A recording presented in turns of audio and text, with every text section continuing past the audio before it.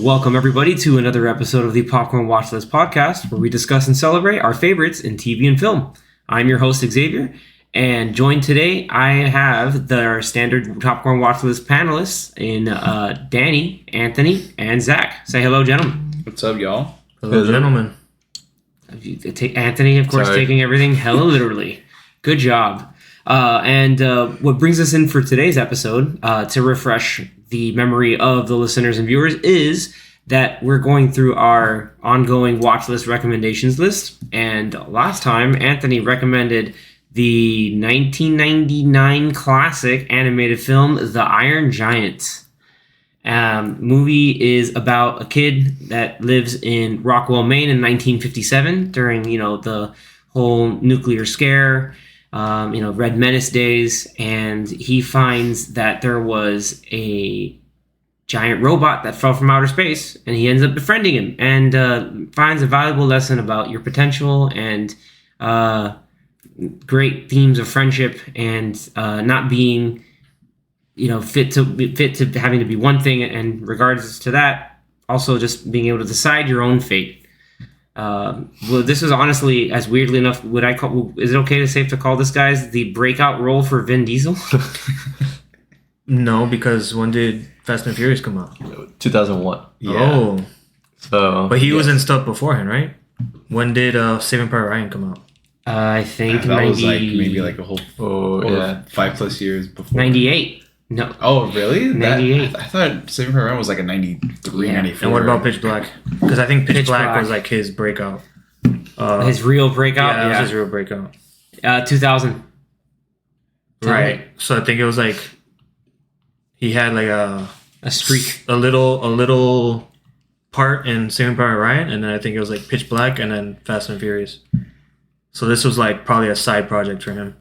I think, wasn't he also in, I want to say he was also in Glengarry Glen Ross. No? Was it? No, it was Boiler Room. Boiler Room. Sorry. I don't know why I always get those confused, but it's about... I think it's a similar style movie, just more modern. Yeah, also 2000. Yeah. Yeah, man. 99 to 2001 was Vin Diesel's ultimate, like... That was Diesel time. It was Diesel time. Diesel time. Because then you had, after Fast and Furious, you end up having Triple X. Yep. Man, that was... What a time. But anyway, yeah. Don't forget the pacifier. The pacifier. I will forget it. We actually will forget that, Danny. But no, I think, it's really cool because there's also a really great supporting cast in, Jennifer Aniston playing Hogarth's mom. You have Harry Connick Jr. as the artsy metal artist and dean. You have my favorite, Christopher McDonald, as the government agent. Shooter McGavin. and a couple other small, like, low key, like, big names, like Cloris Leachman's in the movie. Really interesting way that Warner Brothers was able to get quite a big a decent, like, cast to kind of just do voiceover work. And then also definitely their breakout project was, this is kind of the debut for Brad Bird directing an animated film, who we all know goes off to direct The Incredibles in 2004, which is one of the Pixar's best of all time. Ratatouille in 2009 also. Yeah. It's and then Mission Impossible 3 in there. No, 4. Ghost 4. It was 4? Yeah, 3 was J.J. 3 was Abrams. J.J. Abrams, yes, correct. Ghost Protocol. Correct. 3 was Abrams. But yeah, guys, yeah, kind of again, like Vin Diesel just doing a lot of like creepy voice, like creepy robot voices, but practicing for Groot back then. So he's got, but this is very memorable, And then I forget the actor who plays Hogarth, but I think he actually won an Annie Award for the role. But that's what I did my research on before rewatching it. What's an Annie Award? For voiceovers and or like animation. Voiceovers. So I mean.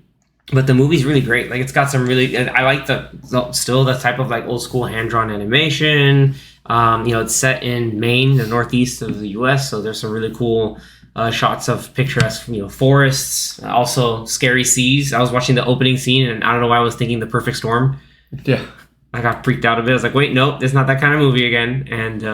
like, the animation still holds up today. Like, it's very nice. 100%.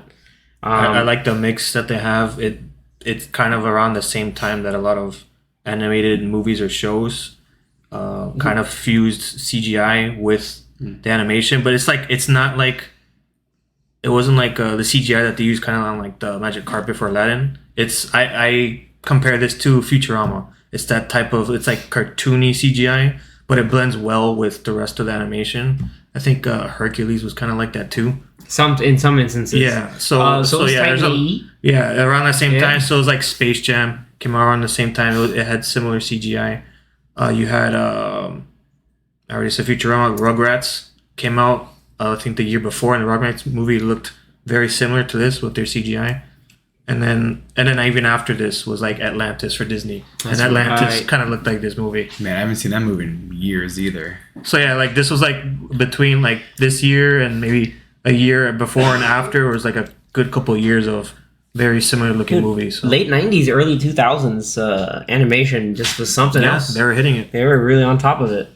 And you can really tell, like, they were really cool. Like, even though, like, the giant himself, like, he has the way he was drawn and animated, it still, like, was, like, that kind of, like, pulpy science fiction style. And 50s also, like, aesthetic, I think there's a poster that I saw that looked very reminiscent of the Rocketeer. Yep. Yeah.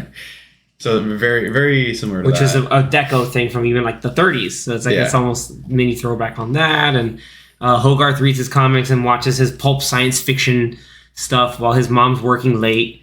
The whole bit with the brain thing was really funny. Yeah.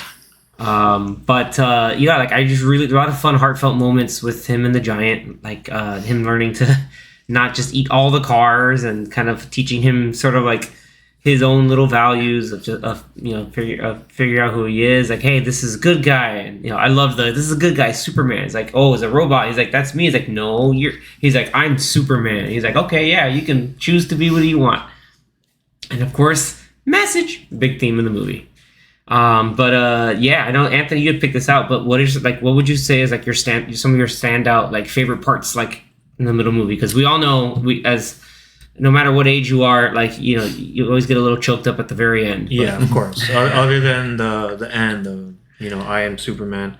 I just really like the kind of like in the middle of the movie, the bonding moments between the robot and Hogarth. And then once they start including Dean, and it's like the hangout between the three and then them just like doing fun stuff together. He can't stay here. Him messing around with all his sculptures. You're breaking my... Wait a minute. He's like, that actually looks nice. Dean was actually like super cool. Yeah. Dude, like, you can tell he was already cool because he's like, all right, kid, I'm going to hide your pet squirrel thing. And then like he knew, he's just like, dude, I'm so sorry. It just like it went nuts everywhere. I don't know if it's an Easter egg, but I like that when he first went to Dean's house to like show him the robot. Like when Dean's like in his house, he's just like sitting around chilling and he's listening to jazz music, and Harry Connick Jr. is a jazz musician, so it's pretty interesting. For sure, yeah. He's been in what was his the name of I want to say the federal agent. I think it was like Ken. I forgot. Oh, Mansley. Yeah. Something Mansley. Mansley. Mansley. That's Mansley. He comes in like they keep calling him a beatnik. He's like, get out of the way, beatnik. But he had that aura and that vibe. Like, he wore the long sleeve black shirt, just very artiste kind of guy. And like, which he was an artiste. Absolutely. Yeah. It's just so weird. Like, I remember, I don't know, it was like maybe 10 years ago where I rewatched this movie. It's like, wait, that's Harry Connick Jr.? Mm-hmm. And I was like, damn, it's a good job. He's doing great stuff. Yeah, I mean, he's an actor, or he's in a couple movies. Yeah, he could do some stuff. Zach. Independence Day. Oh yeah. Zach, what were some of your standout moments? Ooh, that's a good question. Because I haven't really thought about it. The giant spinning around with the car. I think that was We're landing. Pretty cool. We're landing. Yeah, kind of like simulating. Stop. Like what astronauts kind of do. Hogarth's face is like, he's like, we're done. We're done now. He's like, oh, okay. Yeah. I think a nice centrifuge.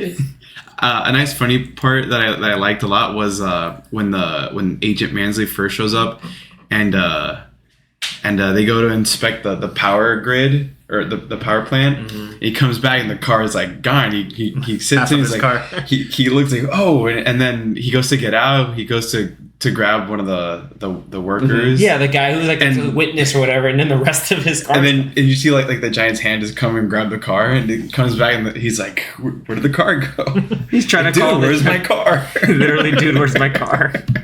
He calls the general. He's like, "There's not sending out What is all my resources say? on a hunch." He's like, "My car is gone." He's like, "So? Like, I need proof. You just could be an idiot and don't know where your car is." Oh man, I think that was like a nice little funny bit. nice. Danny, do you have any moments? I wrote down some notes, but one part that I liked a lot, I thought was pretty funny, was when the Iron Giant starts following him the first time, and then they get to that train track, and you see him like trying to fix it, and he's just like, you know, Oh, very. That was Like, He is so there's- meticulous Yeah. with the other bit. he, Hey, he needs to make it line up perfectly, and then he Still gets like missed hit by the the train. yeah, he train. gets decked in the jaw by the train, and I had actually weird enough forgotten about that entire scene. That was the whole thing where like Hogarth's like, "Oh, it's scary to follow. Like, no, he can't be around," and also sets up the idea that like he can rebuild himself if Yeah. he gets broken. That was Good I callback totally for forgot. later. Yeah, for later on, and I had totally forgotten about that. And so like that ties into then Hogarth the whole bit where he's trying to hide the hand that's in the house to try to get him back outside, and then Mansley shows up, and that creates another debacle for Hogarth, where he's like trying to In like, the no, I'm in the bathroom, and he's like, oh wait, I want privacy. and then like the other slapstick bit where you know his mom is like, oh, you know, freaks out about that, then closes the door, but closes the door on Mansley's like chin. Yeah, dude, Christopher McDonald was so good in that. Like, just like I could like, it's funny. Like we always say Shooter McGavin, but like I could hear his voice. It's just like be the very like, you know, like your typical like you know G-man like coming in and trying to like figure it out. You know, just you know, I'm on the case, but I'm also gonna be really annoying about it. And then we were talking about it earlier, and when he calls him like every name possible, That like whole champ, montage. slugger, sport, Scout. chief, Hey, Chief. scout. Yeah, hey kid, like you're like, hey, it's like you know the whole like that whole little montage of like, oh, Trying to like we've fish out information. We've rented out the extra room to guess who, and you're like, oh, it's gonna get terrible, and you can tell he's just like you're getting sloppy kid. And yeah, like dude, homie, like drugs him out with like some ethers, like it's all a dream, like really creepy style. And that then ties into other ways that then's like, okay, he can't be here anymore. I gotta hide him out at the junkyard, which works out perfectly because homie needs to eat. He needs to eat all that metal. I like when he eats one of the cars, and the horn just keeps going. And he's like, Shut it up. He's just, I don't know. He He just chucks it. He's just like, I don't know what this is. It's gone. I just no. Didn't he sit on it at one point and it still didn't shut yeah, off? he sat on it and nothing. He's like, I don't. Just toss it. What do you have in your hand? Nothing. Not wrong. Those playful moments I think are really great with the Kim and Hogarth. My favorite part is the part where, again, like Anthony mentioned, they're all hanging out. They go to the lake. It's like, oh, let's just hang out at the lake. And then Hogarth's like, yeah, I'm gonna come on, guys, go in. It's cannonball. Dean's just sitting there reading. He's like, nah, I'm good. He jumps. Hogarth does his little cannonball, and then he's just freezing his butt off. He's like, "It's great, everybody. The water's fine. The water's fine. Come on, don't be scared." Then he's looking at the giant, and he's like, "Come on!" And he even turns around. He's like, "Oh heck no!" It's like he looks. He's like, "That looks bad." He's like, "Oh, don't be afraid." And then you Then hear you see- thud, thud, thud. Then like the biggest cannonball of all time, just. That was another. And you're like, this is awesome! That's a bomb. Yeah, because Hogarth rides the wave, but Yeah. the best part is Dean realizing what's going on. He's just looking up in despair. Oh no! And then he gets washed to In the middle of the street. My favorite part. He gets Still in the chair. he gets yeah, still in the chair, washed on the road, and then Some guy Some pulls guy up, pulls and up. he's like, yeah? yeah, he's like, "Hey buddy, yeah, you're on the Yeah. You're in the middle of the street. But like he didn't even let him finish saying you're in the middle of the street. He goes, "You're in the middle of the yeah." Like I know, shut up. He's like, "Okay, I'm gonna move on now." He's just like It's the way he said yeah twice. Like, that's what sold it for him. Was like, "Yo, Harry Connick Jr., good job." Like he's just like, "Yeah, help." Like it's like I know you don't believe how I got here. Go away, sir.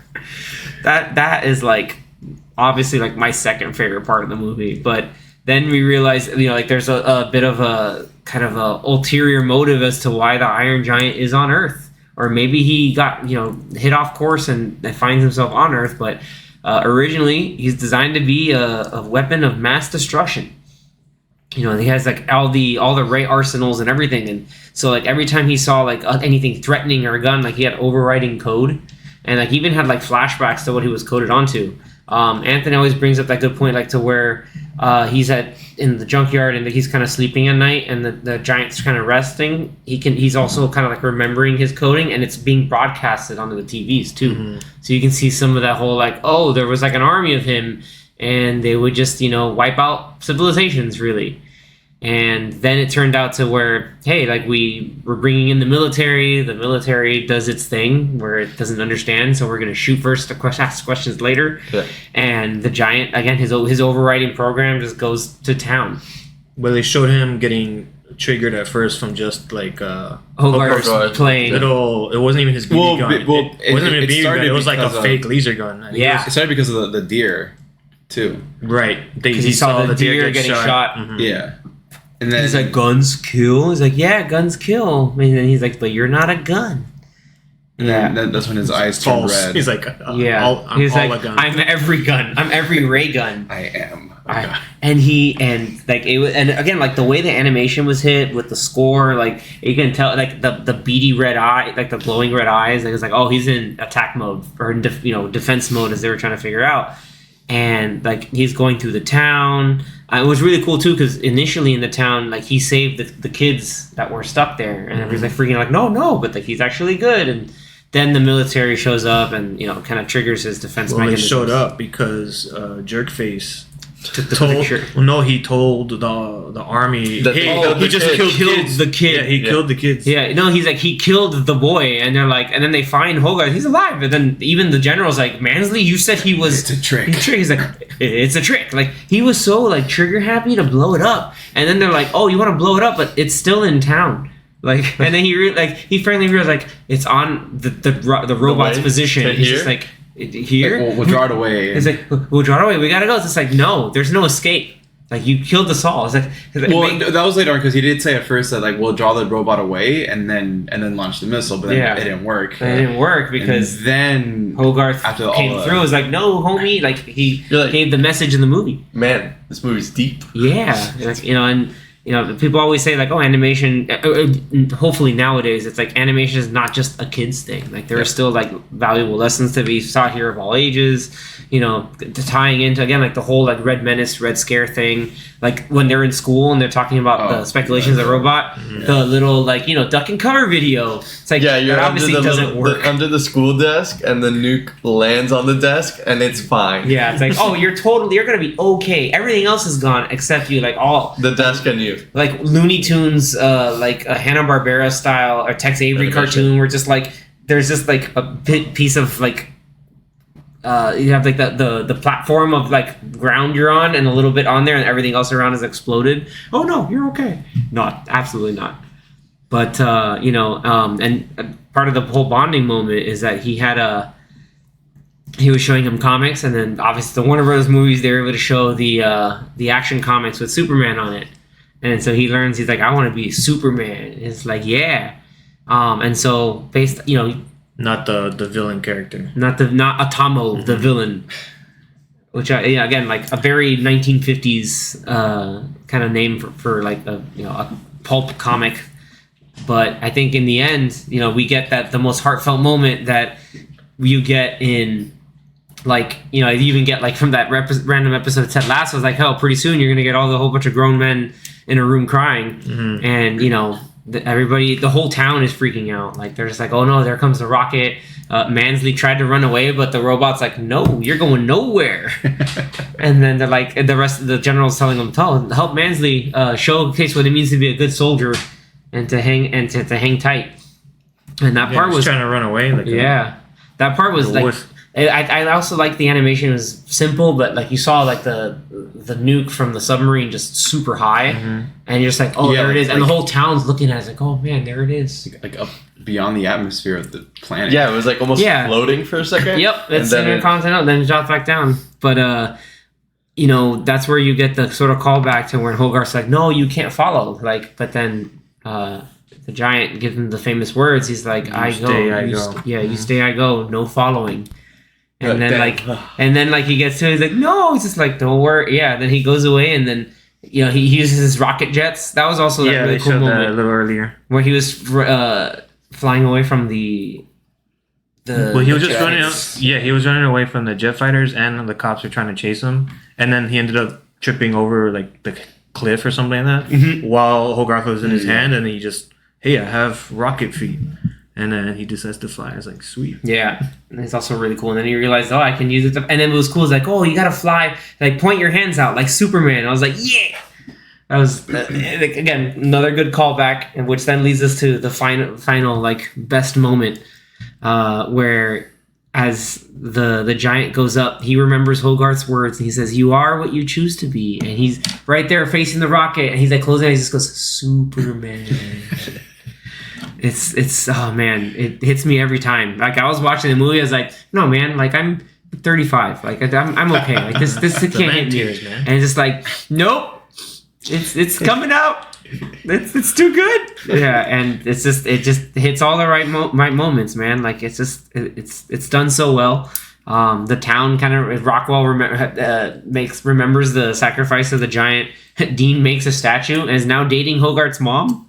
Good for him. Work yet. Yeah. He's like, really? I love the whole, like, better than the other thing. It's like, yeah, better than the other thing.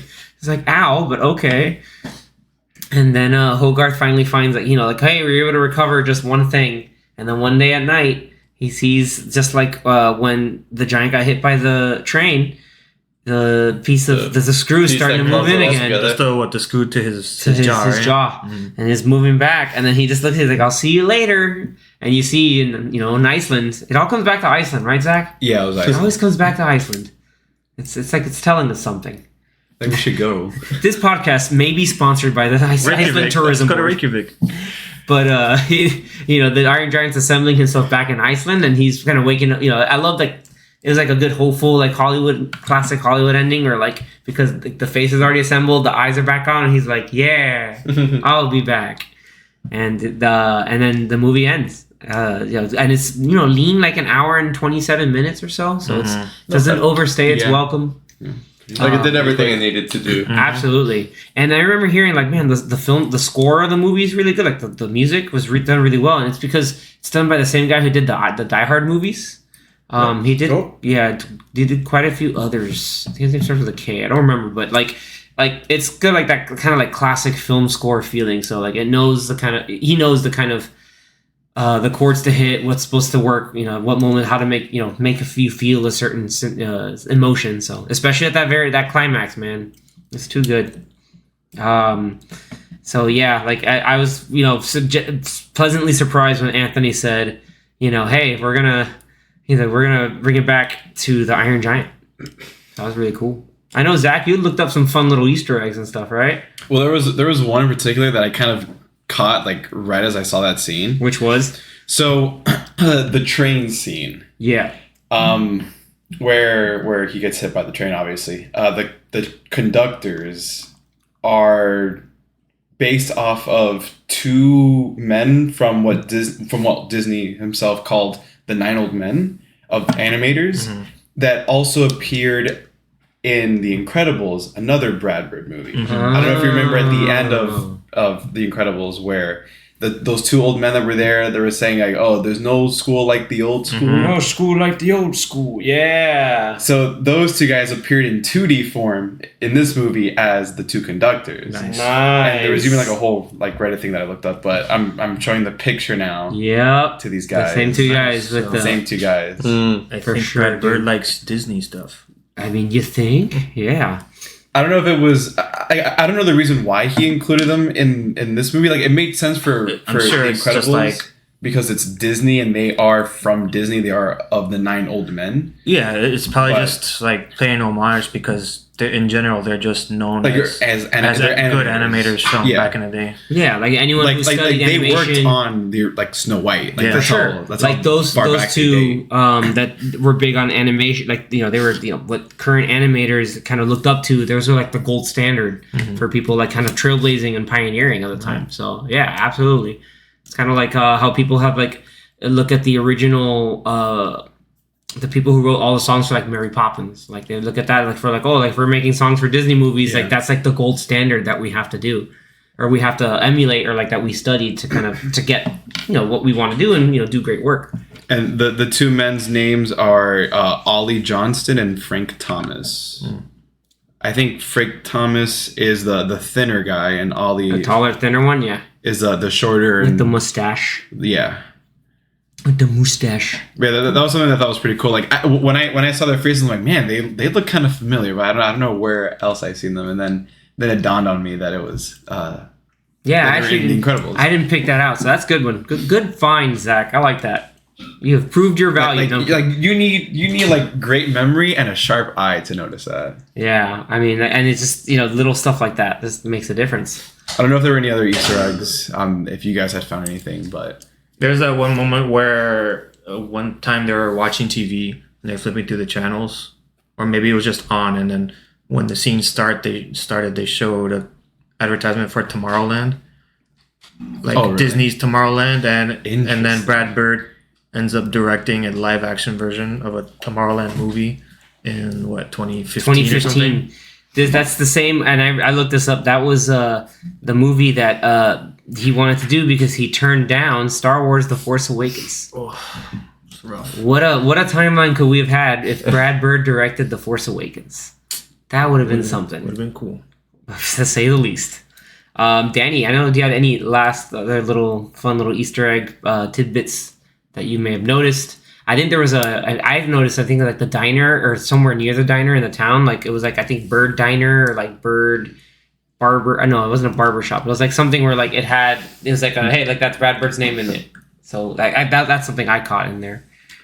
would this have been a movie to have like an A113 reference or no?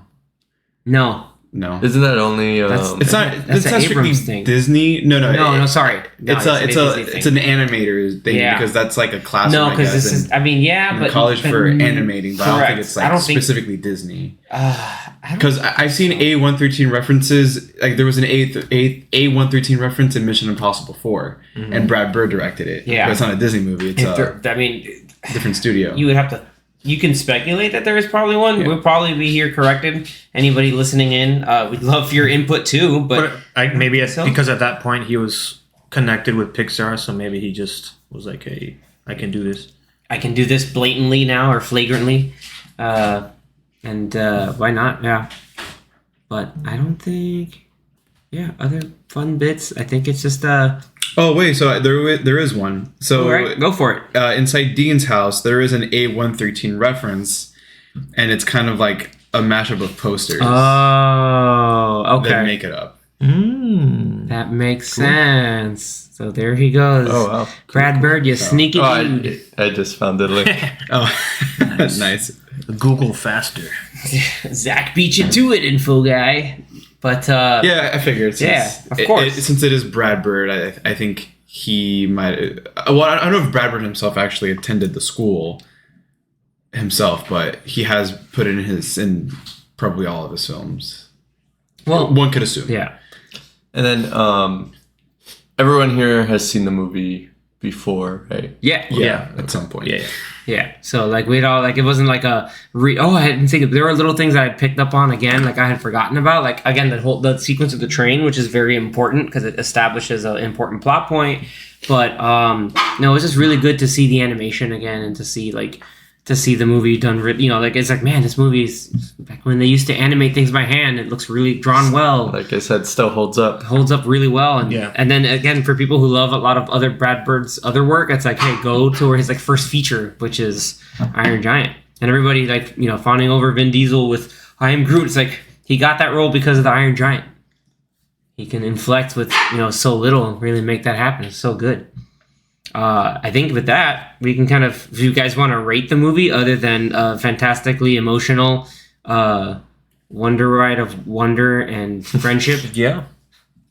All right, Anthony. Actually, no. Zach, you go first. Me, 9 out of 10. 9 out of 10. 9 out of 10. Man, straight up said 9 out of 10. Danny? I'm also gonna say a 9 out of 10. It was very solid. Nice. Very solid. Very It's more solid. than solid. Yeah, it's like- solid is like a 7.5, 8. Like 9 is like it's a It's spectacular. a Yeah, classic it was- animated movie, even though it only came out 24 years ago. Yeah, Only it still holds Only up. 24 I know years. it's compared to like something like Almost as Snow old as White. I am. Yeah. Oh, yeah, Snow White Was like- nearly like almost 90 years ago. So it's funny you say that it's a classic because how many people do you know have seen it? Well, I did. One I of the most think it's a interesting classic, things. One of the most interesting things was the box office numbers. Exactly. Yep. That's why I'm it bringing it up. underperformed actually. Yeah, it was so. I have it here. The box office Definitely, is it's an underrated movie. 70 million, and it only made 23,335,000, Wow. whatever, But it's Domestically or worldwide. worldwide. I thought it was 50 million and they made 30 million. No, worldwide 23 million. This is one of those movies where initially, really? yeah, like it had Yeah. a tepid response, but then it developed a cult classic. I think it caught on afterwards. I mean, I'm looking on IMDb. It must I be, don't know. I guess, different. Regardless, it Yeah. Maybe that's adjusted it for greatly inflation. underperformed. Yeah, which is it's a shame because maybe Yeah. it comes down to marketing or anything because the movie's great. Like this movie, like looking back and people will go back and look at it, like they watched it like in reruns or anything of that nature. It's good. I mean, it's too good. 70 million and the animation's great. The CGI is great. I mean, they don't have to use too much. It's mainly the giant and then some other aspects, but I think it all connected very well. I really like like art direction and how they went with like emoting the Iron Giant's face. Yeah. Like, so anytime he freaked out and got mad, you could clearly see that he was mad and the eyes turned red. Like The Xavier eyes, said. yeah. And then even when he's learning, like when Hogarth teaches him wigging out, he's doing the whole like shaking his head with his fingers, and then Rock. And this is also Rock. No, not Rock. Tree. and then the scene that like pushed the Iron Giant over the edge is when he thought Hogarth died. Yeah. He was like the robot was straight up crying, and it was like it looked like a human being crying over another human being, but it was a CGI robot. Yeah. So I think they did a really good job because I don't even think I mean, maybe they did, but I don't think they used any form of performance capture for it. But it looked like it was like a human crying over someone acting. someone dying. Yeah, so I think they did a really good job on that. So yeah, it's a shame that probably not that many people saw it back or maybe haven't seen it still. And I mean, we probably all consider it a classic because Yep. we saw it before and we all enjoyed it. 100%. But it's like probably one of those cult classics where maybe not as many people have seen it that you would think, but they should. And because it's good. It won a lot of awards from these different organizations. And that's why we're here to recommend the movie. So if you guys are listening, haven't seen it, or hopefully you're listening after you've seen it, but if you're someone who doesn't care about getting spoiled, watch it after you listen to this. But yeah, I'll give it a 8.5. 8.5. I would also say 8.5. Like Very, very solid. No, Yeah. better than solid. Very good animated movie that I think is underrated because again, I don't think that many people have seen it. How's the director's cut? added a couple extra. Yeah, it was just like a few little scenes. Like I think they added that dream sequence where they show a little bit more. There's more of Of destruction, which could have been a little like, oh, this is a bit much. because it's also like flashes, like quick flashes going on. So it's like flashes of multiple Iron Giants like tearing through some random planet, exploding stuff, and just a lot of destruction going on like in quick succession. laser guns and Yeah, that was another thing. When the giant would freak out and he actually like went all like gun he went laser into mode. like ultra like invasion mode. It was like he turned had into a dome. mech and had all sorts of cool weaponry He that had a dome over his head. He had a big laser gun when Hogarth talked him down and kind of like talked him out at the very end. He was going to shoot the missile. So he's going to shoot the kind of like a ray bomb over at the destroyers off the coast. The scene that Hogarth shows up in front of him and he straight up just like has the barrel of whatever laser he has like to Hogarth. I was like, geez. Yeah, like that thing was going to cause like damage, but he ends up shooting it away. And you see this like giant big green bomb. Even when I was younger, I always thought the one weapon that it used was really cool. It was like it's like a little spinner, and then some little, I don't know how to describe it. Some little thing that would like click the spinner, and each time it would click the spinner, like random little lasers, blue lasers, and he blew would come up all out. the tanks. Yeah, that was really so cool. So it's like for maybe like a 2-minute sequence where he was going all out crazy. The CGI team they got their invention. Yeah, they're like, hey, let's just come up with some cool looking we alien some retro futuristic alien weapons guns and make that work. Yeah, it was so cool. Yeah, it was really cool. So I hope more people go see it. I'm pretty sure a lot of people have seen it since it came out. I think they've seen it either on TV, it's a rerun somewhere. They just need to know this is the guy that brought you Incredibles. This is the guy that brought you both Incredibles movies. And Ratatouille, guys. This is actually one of those movies where I could easily see someone could make a live action version of this movie. If they wanted to. Do we want to though? You don't need to, but I'm just saying, like, does Warner Brothers? To me, it seems like something that could be, I think, easily translatable. They believe enough in the IP to put it in that multiverses game that they had for right. Iron Giant has shown up. Is in a game. Iron Giant has shown up a couple of times recently. It was in Ready Player One. That's right, dude. That was so cool. Wasn't he in Space Jam 2? I don't know. Just because Warner Brothers was like, let's just use all of our properties and everything. And so that's why he's also in multiverses. So, yeah, but they didn't forget about Iron Giant. So that means they know it's a cherished IP that they have. Guys. And again, it's a fun movie. I said it before in the episode. It's like I always love that reference in Ted Lasso. It's just like, he's like, we should probably go here because in about 30-something minutes you're gonna have a whole room of grown men crying. And they just hear the moment, just hear Superman, which is funny because Ted Lasso, I think, is produced by Warner Brothers, TV. Yes, so they were like, we can use this as a rights. It was really great. So next time, I believe it's my turn, right, gentlemen? Yes. All right. So I was thinking a lot about this, and I realized, I guess, because I was on kind of like that Ted Lasso trip. There was a recent episode of Ted Lasso where there was an obscure reference to this movie. Bitten by Roy Kent, and he calls out one of the reporters. He's like, "You Goblin King." So thankfully I have this movie on 4K Blu-ray, but next episode we're going to be talking about the cult classic Labyrinth, starring Jennifer Connelly and David Bowie. I don't think Danny David Bowie. Anthony, Danny and Zach, you guys have not seen this movie. Definitely have not. Is that an 80s movie? I haven't seen it. I gotta keep writing the 80s thing just for Zach's reactions to be like, what the hell is this? But this is also enjoyable. Wait, yes. Let me write it down. What's it called again? Labyrinth. Okay, Labyrinth. Dude, it's just Bowie being like Jennifer Connelly from your favorite movie? Top Gun Maverick? Yeah, she was like Maverick? 18 or something like that. Yeah, it was before. Yeah, maybe younger. She might have been younger. Before Requiem? Yes, before Requiem. Yeah, but then that means after Labyrinth, are we just gonna watch The Rocketeer? Yeah. Why not? Because that movie's awesome. I saw that movie a lot for some reason when I was younger. I would watch that movie a lot as well. But yes, the Labyrinth, I love the movies. It's like a musical in essence. It had a lot of Jim Henson puppets with live action actors. My sister and I grew up watching that movie a lot for some reason, and it just always caught us. Like the music's catchy. Especially the opening music number is really, really catchy. I won't spoil it, but David Bowie wrote all the songs for the movie. Nice. He did a lot of the acting, and he has this like weird like Goblin King glam outfits, I should say, that are just out of hand. And then Jennifer Connelly plays this young girl, teenage girl, who is trying to save her like baby little brother because she's annoyed that she has to watch it and not have a social life. So she's like, I'm gonna give you up to the Goblin King. And the Goblin King's like, sure, thanks. And then adventure ensues. It's really good. Zach, don't look up the movie. Don't look up the synopsis and get spoiled. He's already looking up themes and synopsises and box office gross. No. Sure. As he looks up everything. So yeah, I'm excited. Not the actual plot. I haven't seen that. No. I'm excited to kind of crack open the Blu-ray, pop it in, give it a watch, and see what you guys think. We can make a list. I gotta make a list of all the fun things to it. Oh my god, the bog scene. Anyway, I'm not gonna go through it, but yeah, I'm excited to see what you guys think for next time.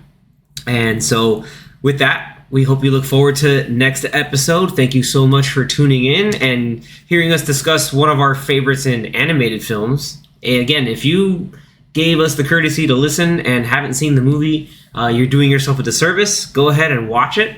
Right now, I think it's available for renting or buying. If you can buy it, try to buy it, man. The movie's awesome. Max, or HBO Max, which is now will be Max. I won't get started on the name. When does it change again? Very soon. It's very, very soon. 23rd. Yeah. The 23rd of May. boy. The one you go to for HBO. So stupid. Anyway, I believe it's being shown. Iron Giant. I think it's being shown on TNT. I know it's being shown on TV Saturday, like around noon or something like that. Because I'm recording. he's recording it. He's going to keep it forever. Yeah. But you might find it on like certain channels on to record it so that you may get commercials, which is annoying. But I think even with the commercials, it might be like a 2-hour broadcast. Yeah. But if not, you can always own it physically or digitally. Right now, I think to rent it's like $4. I don't know if future generations listen to our podcast. We know $4 will get you then. But hey, who knows? Should be a cheap buy. Just buy it. Just buy it. It's awesome. It's a great movie. And again, if you enjoyed the episode and you're picking us up on your favorite podcast platform of choice, go ahead and give us a like and subscribe on YouTube, Twitter, and Instagram on Popcorn Watchlist so you can keep up with our day-to-day polls, day-to-day emoji reveals for movies, as well as fun discussions and polls on what you guys are seeing and what we're individually amongst us as a panelist are watching or have thoughts on. So we look forward to that. And once again, thank you so much, everybody, for tuning in. We'll catch you next time. See ya. Rock. Souls cannot die. Tree. Superman.